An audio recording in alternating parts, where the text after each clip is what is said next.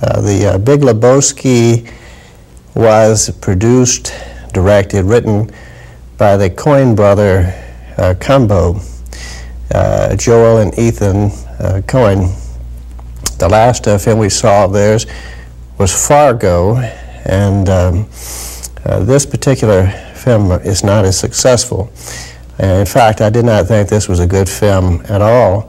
It stars Jeff Bridges as one of the Lebowskis, a man who prefers to be called the Dude, John Goodman, Steve Buscemi, and John Turturro. The film makes use of filler to a certain extent. That is, there are dream or fantasy sequences, and quite a few of them, I think. And I don't think these sequences are particularly ingenious or original. The general context of this film, or the reality context, is the bowling alley. And most of these dreamy fantasies are centered or have imagery of bowling. The images are sharp and colorful, but not really very original. The best of the bunch was a takeoff on Busby Berkeley sort of production, and it was kind of interesting. The movie is basically one with a storyline, something like this. A ne'er-do-well, sort of a deadbeat who centers his life on the bowling alley and his team, which is in competition for a championship, gets entangled via misidentification in a kidnapping ransom crime, and in the process, and all the confusion, ends up sort of the last man standing with the loot. The character Jeff Bridges plays is a mellow, non-violent fellow. He's something of a deadbeat. He has an apartment, however. He does not seem to be employed, but he does have an apartment, and he's also something of a shoplifter, as far as I can see, of the type that sort of likes to sample the goods at supermarkets and convenience stores, leaving a little mark, something like a human rodent. The apartment that he rents has a kind of an accommodating landlord, a short, dumpy fellow whose chief interest, besides a sort of obsequious request for rent from the Jeff Bridges character, Lebowski, to a dance recital of which he is going to be the star. He's hoping the Bridges character will come, and perhaps for that reason is not pressing too hard, because he does want to have at least one person in the audience. Now, Jeff Bridges has as his teammates on the bowling team John Goodman and Steve Buscemi. I will say Steve Buscemi has shown without doubt in Fargo that he can act, but this is an embarrassingly scant role that he's given. He's little more than a foil for John Goodman. John Goodman plays a Vietnam vet who has never gotten beyond the war, or has barely gotten beyond the war. It's very big with him. He dresses in a semi or paramilitary casual civilian dress, and he sometimes is packing. We see one episode at the bowling alley in competition where a member of the opposing team is declared to have crossed the line and fouled, and therefore to have marked the frame. And when a dispute broke out on this question, John Goodman pulled out what looked like a .45 and pointed at the man and told him to mark the frame or else. Well, I'm not sure that this is what you would call funny, really. I didn't find it too funny myself. And it did not make this character particularly endearing, but some may take a different view. The other aspect of the John Goodman character that is prominent is that although he has a name of something like Sobchak, a Polish Catholic, Roman Catholic extraction, he married a Jewish woman some 5 years back, and as an act of solidarity converted, and in the process has become sort of more Jewish than thou, and he is particularly vigilant in regard to keeping the Sabbath, apparently. These are the two main aspects of his conversation. He does act as something of a force. He has a forceful personality in pushing the more lethargic, mellow, let's put it off till tomorrow, personality of the Jeff Bridges character. Early on in the film, we also meet the John Turturro character. He does not have an important role at all. In fact, it makes Buscemi seem to have a real mouthful to work with. Actually, he shows up in what appears to be a fuchsia or raspberry-colored jumpsuit. He's full of lewd gestures and foul language. His name is Jesus. Now, I'm well aware that Latinos name their sons on occasion Jesus. Nevertheless, the English version, Jesus, is perceived by all, and to again connect this name with this lewd body English in conversation, plus the fact, which is given by the John Goodman character, that he is a pederast, that is, a man who preys upon, sexually upon children. Well, it's all a bit much, you know, and I cannot help but feel that since the Coen brothers are totally in control of that script and so forth, that they did not intentionally do this, and I feel obliged to denounce it. Well, at any rate, the film proceeds. We see the Jeff Bridges version of Lebowski in his apartment, which is a rather pedestrian, ordinary, spare. He's called upon by two roughs who work for a porno filmmaker who is owed some $60,000 by a party, and they think Lebowski is the husband of this person and is a millionaire. They want their money. One of them dunks Lebowski, Jeff Bridges, in the toilet, half drowning him in the process, while the other urinates on the man's rug and the carpet in the living room. Well, they eventually leave with some threats and so forth, and Lebowski is left wet, befouled with a really nasty carpet. Well, he brings this subject up at the first opportunity to John Goodman, to the character Sobchak, and he's told to make contact with the real Lebowski, who apparently is well heeled, and ask for compensation. This is done, and a rendezvous is made.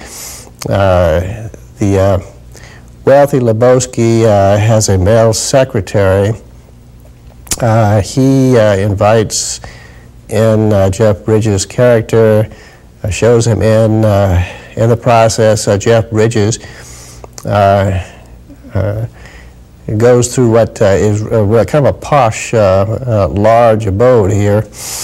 He meets the man. The man's in a wheelchair, an older man, sort of fat, balding sort. He lays down his case for compensation.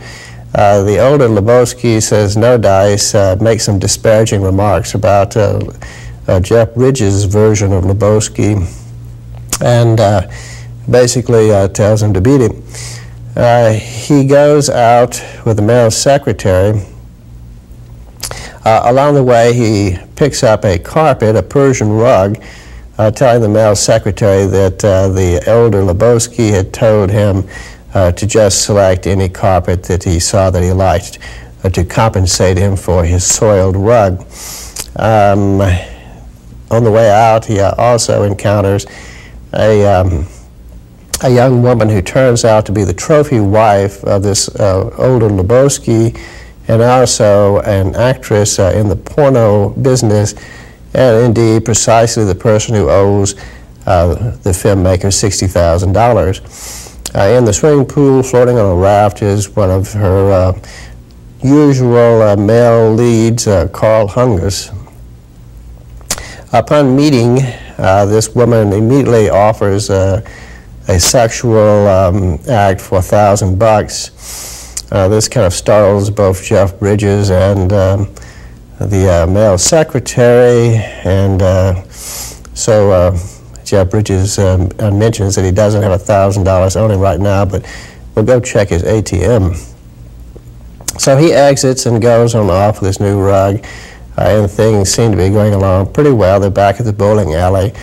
This particular film kind of cuts back and forth, but the bowling alley is the reality, the center, and they keep on going back to this.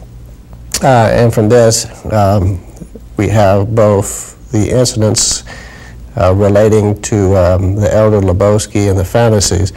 But at any rate, it's not too long before Jeff Bridges' character is contacted by the male secretary, and he meets again with the older Lebowski. Lebowski gets rather personal, explains his heart a little bit in regard to his young wife, and then shows a letter he received. The letter indicates a kidnapping. The wife has vanished. They want $1 million. The older Lebowski intends to pay. He has asked Jeff Bridges, his Lebowski, if he will act as a courier for this $1 million. He'll be paid $20,000. Needless to say, Jeff Bridges accepts. He mentions all this later to John Goodman, and John Goodman decides to accompany Jeff Bridges, who has sort of a beat-up older car. They get into it to make the rendezvous. The Goodman character brings a case that has soiled laundry in it of his.